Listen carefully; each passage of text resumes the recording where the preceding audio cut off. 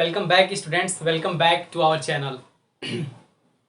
Class 9th NCERT geography NCERT based पे आधारित मैं बुक पढ़ा रहा हूँ। इवन एनसीईआरटी ही है, टोटल एनसीईआरटी से ही मैं पढ़ा रहा हूँ। यदि आपके पास कोई अदर बुक है तो उसे आप पढ़ सकते हैं। जो मैं नोट्स प्रोवाइड आपको करा रहा हूँ उसे शॉर्ट फॉर्म में आप लिख के आप रिवाइज कर सकते हैं। हम एनसीईआरटी ज्योग्राफी क्लास 9th का ज्योग्राफी का फर्स्ट चैप्टर पढ़ रहे थे, India its location and size, Bharat का स्थिति एवं विस्तार अध्ययन कर रहे थे। इसमें ऑलरेडी हमने 4 पार्ट यानी 4 भाग हमने ऑलरेडी अपलोड कर दिया है चैनल पे। यदि आप आज नए हैं, अभी हाल ही में ग्रुप में ऐड हुए हैं, तो आप जाइए चैनल पे, जाइए प्लेलिस्ट में जाइए, क्लास 9th एनसीईआरटी ज्योग्राफी वाले फोल्डर को खोलिए। लेक्चर सीरीज से लगे हैं, क्रम से सीरियल वाइज लगे हैं, आप उसको देख के फिर यहाँ आके आप समझिए। ठीक है, आइए स्टार्ट करते हैं। और ये आज का जो लास्ट पार्ट 5 लास्ट है। आज के बाद से ये वाला ज्योग्राफी का पार्ट 1 कंप्लीट हो जाएगा, चैप्टर फर्स्ट कंप्लीट हो जाएगा। उसके बाद मंडे को हम एमसीक्यूज कराएंगे और उससे रिलेटेड क्वेश्चन कराएंगे। आइए स्टार्ट करते हैं। आज के टॉपिक में जो चीज बच गया है आपके बुक में उसको देख लेते हैं। कह रहा है आवर नेबर्स, हमारे पड़ोसी। हमारे पड़ोसी देश कौन कौन है उनको देख लेते हैं। जनरली हमारे पड़ोसी देश जो हैं, मैंने आपको पहले ही लेक्चर में बता दिया था, भारत को एक सब कॉन्टिनेंट कहा जाता है। भारत एक उप महाद्वीप वाला देश है, यानी भारत एक सब कॉन्टिनेंटल कंट्री है, एक उप महाद्वीप है। इसको उप महाद्वीप इसलिए कहते हैं क्योंकि इसके जितने भी पड़ोसी देश है कहीं ना कहीं भारत के बॉर्डर से उनके बॉर्डर टच करते हैं और भारत के अस्तित्व के साथ उनका अस्तित्व जुड़ा है, इसलिए भारत को एक उप महाद्वीप सब कॉन्टिनेंट कहा जाता है। तो वो जितने भी देश है कहीं ना कहीं वर्षों पहले वो भारत के ही पार्ट थे, अब हमारे देश के ही भाग थे। तो हमारे देश के ही भाग थे, इसलिए उन्हें भारत के उपमहाद्वीप के पार्ट के अंतर्गत ही हम उनको अध्ययन करते हैं। तो भारत के जो उपमहाद्वीप हैं, भारतीय जो एक उपमहाद्वीप है और उसके जो पड़ोसी देश हैं, उनके ग्रुप को 1985 में इंटरनेशनल लेवल पे उन सारे देशों को, भारत और भारत के जो पड़ोसी देश हैं और भारत के महाद्वीप और भारत देश के कहीं ना कहीं वो टच करते हैं, उनका एक ग्रुप 1985 में बना था, उसको बोलते हैं SAARC, the South Asian Association for Regional Cooperation. आप इसे लिखने की आवश्यकता नहीं है, ये कंपटीशन वाला फिर हो जाता है। SAARC the South Asian Association for Regional Cooperation, मतलब एक ऐसा क्षेत्रीय देशों का समूह है जो साउथ एशिया के हैं, मतलब साउथ एशिया के देशों का एक ऐसा समूह जो अपने इनके सारे हित, फिजिकल हित, भौतिक, कल्चरल, लैंग्वेज, संस्कृति, ट्रेडिशन, सब कुछ हूबहू कुछ न कुछ इनके पार्ट मिलते हैं और इन तमाम देशों का जो अस्तित्व है भारत के अस्तित्व के साथ जुड़ा हुआ है। और कहीं ना कहीं ये देश कभी भारत पर निर्भर थे और कभी भारत के ये अंग थे, इसलिए इसे भारत को एक उपमहाद्वीप कहा जाता है। और जब भारत का अध्ययन करते हैं तो सार्क का अध्ययन करना कंपलसरी पड़ जाता है, क्योंकि सार्क के जितने भी पड़ोसी, भारत के जितने भी पड़ोसी देश हैं वो सारे सार्क नामक संस्था है जिसे बोलते हैं the South Asian Association for Regional cooperation, उसको पढ़ते हैं। तो इसमें 8 देश हैं, सार्क में 8 देश हैं जो कि हमारे पड़ोसी देश हैं, और उनकी संस्कृति, उनकी सभ्यता, उनके ट्रेडिशन और उनके कल्चर और उनकी क्लाइमेटोलॉजी, सारी चीजें हमसे हूबहू नहीं तो कुछ न कुछ पार्ट हमसे उनसे मिलती है, इसलिए उनका अस्तित्व हमारे साथ जुड़ा होता है। और इसलिए जब हम पढ़ते हैं तो उनको इग्नोर नहीं कर सकते, उनको एक साथ लेके पढ़ते हैं। आइए देखते हैं वो कौन से कंट्री हैं। आप इमेजेस में भी देख रहे होंगे, इंडिया खुद हमारा देश, पाकिस्तान हमारा पड़ोसी देश कहाँ है, नॉर्थ वेस्ट में, उत्तर पश्चिम में, इस साइड में आप देख रहे होंगे। बांग्लादेश पूरब में है, भूटान उत्तर में है, नेपाल उत्तर में है, श्रीलंका दक्षिण में हिंद महासागर में, मालदीव आप देख रहे होंगे यहाँ पे, अफगानिस्तान उत्तर पश्चिम में है। ये हमारे पड़ोसी देश हैं और यही सार्क के मेंबर है। सार्क में कुल 8 देश है, 1 2 3 4 5 6 7 8, मैंने आपको यहाँ पे बता दिया, और ये सार्क के सारे मेंबर है। फिर देख लेते हैं एक बार और इनका लोकेशन कहाँ है। पाकिस्तान और अफगानिस्तान ये भी दोनों एक पड़ोसी देश है और हमारे ही पड़ोसी देश हैं, और इनकी स्थिति हमारे देश के कहाँ है, हमारे देश से उत्तर पश्चिम में, आप देख रहे होंगे उत्तर पश्चिम में हमारे देश से इनकी स्थिति है। चाइना, नेपाल और भूटान, ये 3 देश हैं हमारे देश के एकदम उत्तरी पार्ट में है, आप देख रहे होंगे। चाइना, नेपाल, भूटान हमारे देश के सबसे नॉर्दर्न पार्ट में, उत्तरी पार्ट में है। ठीक है, म्यांमार और बांग्लादेश, म्यांमार और बांग्लादेश पूरब में देख रहे होंगे बांग्लादेश है, बांग्लादेश के जस्ट पूरब में म्यांमार है। हमारे कुछ त्रिपुरा मिजोरम वाले स्टेट को छोड़ के उनके बगल में क्या है, म्यांमार है। और फिर साउदर्न सी में आप चले जाइए, दक्षिण में आप चले जाइए तो समुद्र में एक आइलैंड, उस आइलैंड का नाम है श्रीलंका। आप देखते होंगे श्रीलंका पाक स्टेट से अलग होता है और मन्नार की खाड़ी से बे ऑफ बंगाल और अरबियन सी जुड़ता है। मालदीव आप देख रहे होंगे इंडियन ओशियन में स्थित एक छोटा सा आइलैंड है, वो भी हमारे भारत देश और हमारे सार्क के मेंबर हैं और इनको पढ़ते हैं। जैसे हम इंडिया को पढ़ते हैं ऐसे इंडिया में जो ग्रुप में 8 मेंबर हैं उनको हम पढ़ते हैं। तो आप देख रहे होंगे जो ऑल नेशंस आर इंडिपेंडेंट, ये जितने भी 8 देश हैं सारे आठों के आठों देश आज स्वतंत्र हैं और वो आपस में जो भी डिसीजन लेंगे वो अपने बल पे लेंगे, क्योंकि वो एक सॉवरेन कंट्री है, एक स्वायत्त देश है। वो किसी देश पर निर्भर नहीं है, वो किसी देश का भी गुलाम नहीं है। सारे के सारे आठों देश आज इंडिपेंडेंट है, आजाद है।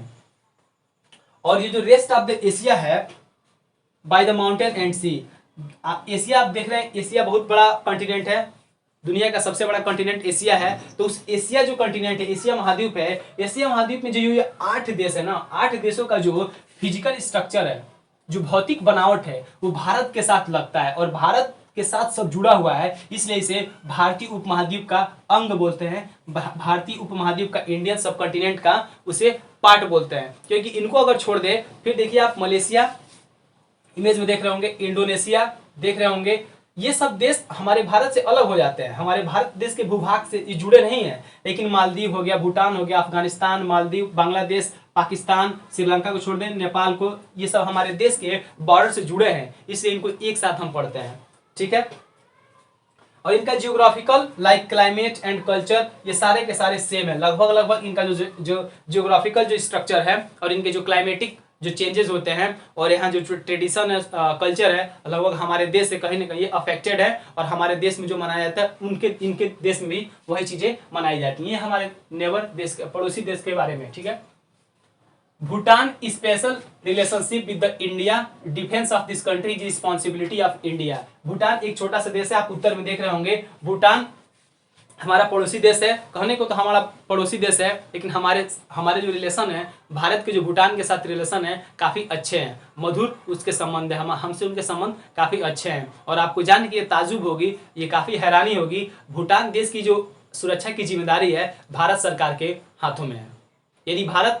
यदि कोई भूटान पे अटैक करता है तो डायरेक्टली कोई इंसान समझिए भारत पे अटैक कर रहा है। यानी भूटान देश की जो जितने भी डिफेंस सिस्टम है उसको देख रेख कौन करता है, भारत सरकार की, उसकी सुरक्षा की जिम्मेदारी होती है, किसकी, भूटान देश की। तो इसलिए अच्छे संबंध हमारे हैं और उनके सुरक्षा की जिम्मेदारी हमको मिली है। ठीक है।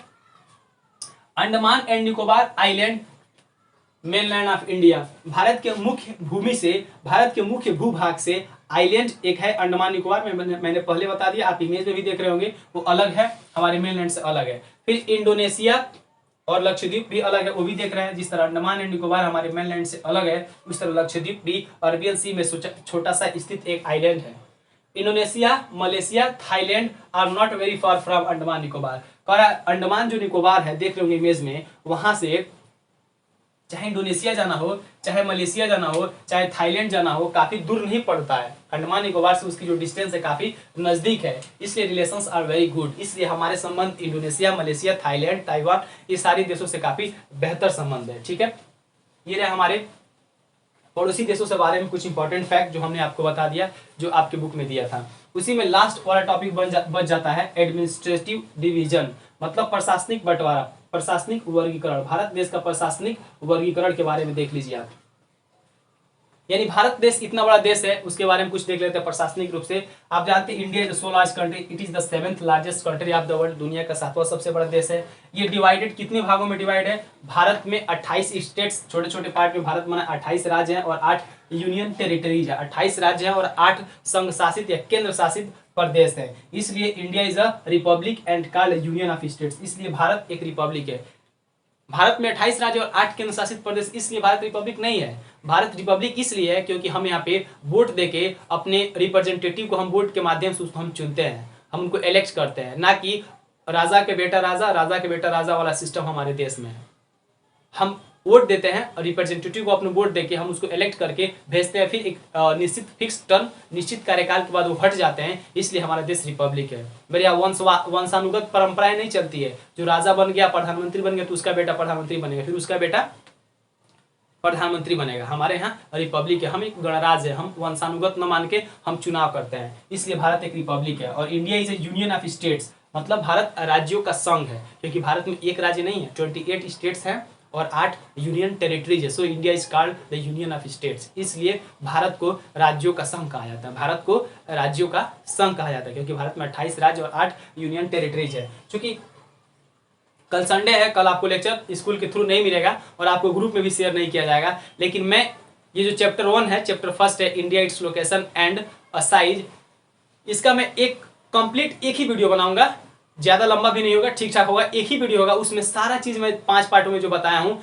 उससे भी समरी फॉर्म में मैं आपको एक वीडियो में कवर करा दूंगा, जो कि कल संडे है, आपको संडे के दिन मिल जाएगा। उम्मीद करते हैं आप उस वीडियो का इंतजार करेंगे और उसको देख के पांचों पार्ट का एक ही बार कंक्लूड आप निकाल लेंगे। और मंडे को मैं इससे related question, MCQs, multiple type choice question में कराऊंगा, फिर छोटे लॉन्ग आंसर, शॉर्ट आंसर, सारे क्वेश्चन में आपको मंडे को कराऊंगा। उम्मीद करते जो कल मैं वीडियो अपलोड करूंगा संडे के दिन आप उसे देखेंगे और फिर आप पूरे 5 पार्ट का एक पार्ट को समझिए कंक्लूड होगा, आप उसे देख के और से और शॉर्ट नोट्स बना सकते हैं। इंडिया के बारे में कुछ और इंपॉर्टेंट फैक्ट है।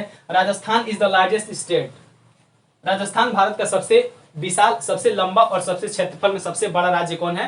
राजस्थान। आप इमेज में देख रहे होंगे, काफी बड़ा राज्य है। और गोवा भारत का सबसे छोटा राज्य है क्षेत्रफल की दृष्टि से। According to the area Goa is the smallest state of our country. Image में आप देख रहे होंगे कितना छोटा है पश्चिम साइड में। सॉरी, यूनियन टेरिटरीज, भारत में union territories Andaman and Nicobar सबसे बड़ा है। जिस तरह राज्य में सबसे बड़ा राज्य राजस्थान, सबसे छोटा राज्य गोवा, उसी तरह यूनियन टेरिटरीज संघ शासित प्रदेश में सबसे बड़ा संघ शासित प्रदेश अंडमान निकोबार और सबसे छोटा लक्षद्वीप है, सबसे छोटा लक्षद्वीप है। तो आज हमने भारत के पड़ोसी देश और एडमिनिस्ट्रेटिव डिवीजन, प्रशासनिक बंटवारा और भारत के पड़ोसी देशों के बारे में हमने जितना चीज बचा था हमने रेस्ट ऑफ द सिलेबस को कवर कर दिया। ये रहे class 9 NCERT geography based chapter 1 India and its location science. I have already taught you all the part. मैंने सारे पार्ट करके मैंने आपको यहाँ पे कंप्लीट मैं आपको यहाँ पे पढ़ा दिया हूँ। इससे आप शॉर्ट नोट्स बनाए होंगे, मैंने ग्रुप में देखा भी है। सारे स्टूडेंट्स नहीं बनाए हैं, बहुत कुछ बच्चे बनाए हैं, उसका फोटो भी भेजा है, मैं देखा हूँ, काफ़ी अच्छा बेहतर नोट्स बनाए थे। आप लोग नहीं बनाए तो बनाए। और चैनल पे नए हैं